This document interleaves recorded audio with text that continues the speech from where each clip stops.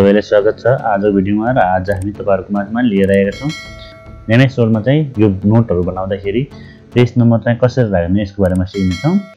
र अहिलेसम्म हाम्रो च्यानललाई लाइक शेयर सब्स्क्राइब गर्नुभएको छैन भने प्लिज लाइक सब्स्क्राइब गरिदिनु होला यस्ता भिडियोहरु हेर्नको लागि। र पेज नम्बरमा क्लिक गर्नु होला। इन्सर्टमा गइसकेपछि यहाँ पेज नम्बर दिएको छ।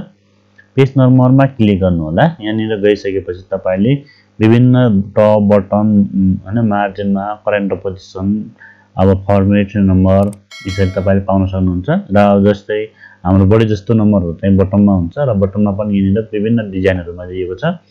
यहाँ तपाईले चुज गर्न सक्नुहुन्छ यहाँ कुनमा राख्ने हो हैन कस्तोमा राख्ने हो। यहाँ नम्बरको स्टाइल दिएको छ र जुनसुकै पनि राख्न सक्नुहुन्छ। जस्तै मैले अलि यसलाई चुज गरे र यसमा क्लिक गर्दाखेरि चाहिँ हाम्रो यहाँनिर चाहिँ यसरी अलि धमिलो देखाउँछ।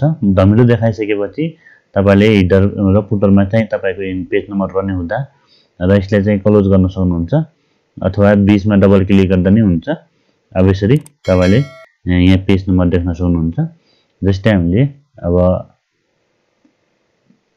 यहाँनिर दुईटा पेज छ। दुईटा पेजमा चाहिँ हाम्रो 1 नम्बर 2 नम्बर पेज यसरी आएको छ। र तपाईले प्रिन्ट प्रिभ्यूमा गएर पनि यहाँनिर हेर्न सक्नुहुन्छ। यहाँनिर पेज नम्बर देखाएको छ 1 नम्बर पेज देखाएको छ। र नेक्स्ट गर्छौं यहाँनिर चाहिँ अर्को पेज नम्बर देखाएको छ। यसरी तपाईले हेर्न सक्नुहुन्छ। र यसरी तपाईले पेजहरु जति पनि थप्नुहुन्छ कन्ट्रोल सी गरे मैले अहिले नम्बर त्यतिकै पेज धेरै बनाउनुलाई कन्ट्रोल सी गरेर बी गरे मैले। र बी गर्दाखेरि चाहिँ अब कतिवटा पेज छ भन्ने कुरा चाहिँ यहाँनिर देखाउँछ। तपाईको 17 वटा पेज छ। 17 वटा पेजमा चाहिँ हाम्रो अहिले चाहिँ 16 वटा पेज छ। 16 वटा पेजमा चाहिँ हाम्रो सबै पेजहरुमा चाहिँ नम्बर अटोमेटिकली गइसकेको छ हेर्न सक्नुहुन्छ। यहाँनिर 12 छ। अब यसलाई चाहिँ तपाईले प्रिभ्यू गरेर यहाँनिर पनि हेर्न सक्नुहुन्छ। यहाँनिर म देखाइदिन्छु यो 11 अब 12 यसरी र माथि पनि यसरी ल्याउन सक्नुहुन्छ। तपाईले नम्बरहरु यसरी राख्न सक्नुहुन्छ। यो चाहिँ बटमको कुरा भयो हैन। अब यसमा बटममा केही कुराहरु लेख्नुहुन्छ भनेपछि त्यसरी पनि तपाईले राख्न सक्नुहुन्छ। र भ्यूमा गएर वेट पेज गरेर अलि पेजलाई ठुलो बनाएर पनि यहाँनिर हेर्न सक्नुहुन्छ है साथीहरु। अब यहाँनिर लास्टमा चाहिँ तपाईको पेज नम्बर देखाएको छ। र मोडेल चेन्ज गर्ने मन छ भनेपछि यसमा क्लिक गर्नु होला र यसैमा गएर तपाईले बटममा गएर अर्को डिजाइनमा पनि राख्न सक्नुहुन्छ। यसलाई तल गर्नु होला।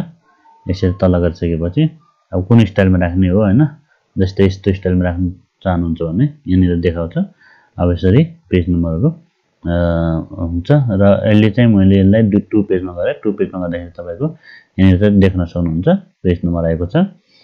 र त्यसै गरेर अर्को यसमा चाहिँ कुनै टाइटलहरु लेख्नु पर्ने छ हैन त्यो सँगसँगै पेज नम्बर पनि राख्नु छ भनेपछि तपाईले यहाँनिर यसरी राख्न सक्नुहुन्छ।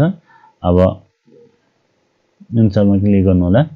पेज नम्बरमा क्लिक गर्न टपमा राख्नु हुन्छ भने टपमा पनि राख्न सक्नुहुन्छ। अब कुन साइडमा राख्ने हो हैन त्यो स्टाइलमा चाहिँ तपाईले पाउन सक्नुहुन्छ यहाँनिर।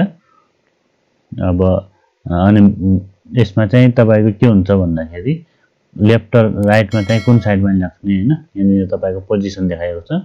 जस्तै पेज मार्जिन भनेको छ यो साइडमा दिने यो साइडमा दिने कुन साइडमा दिने त्यो अनुसार तपाई राख्न सक्नुहुन्छ। र यसमा चाहिँ करेन्ट पोजिसन देखि चाहिँ राख्न चाहनुहुन्छ भने करेन्ट पोजिसन देखि पनि छ यहाँनिर। अब यसरी तपाई राख्न सक्नुहुन्छ।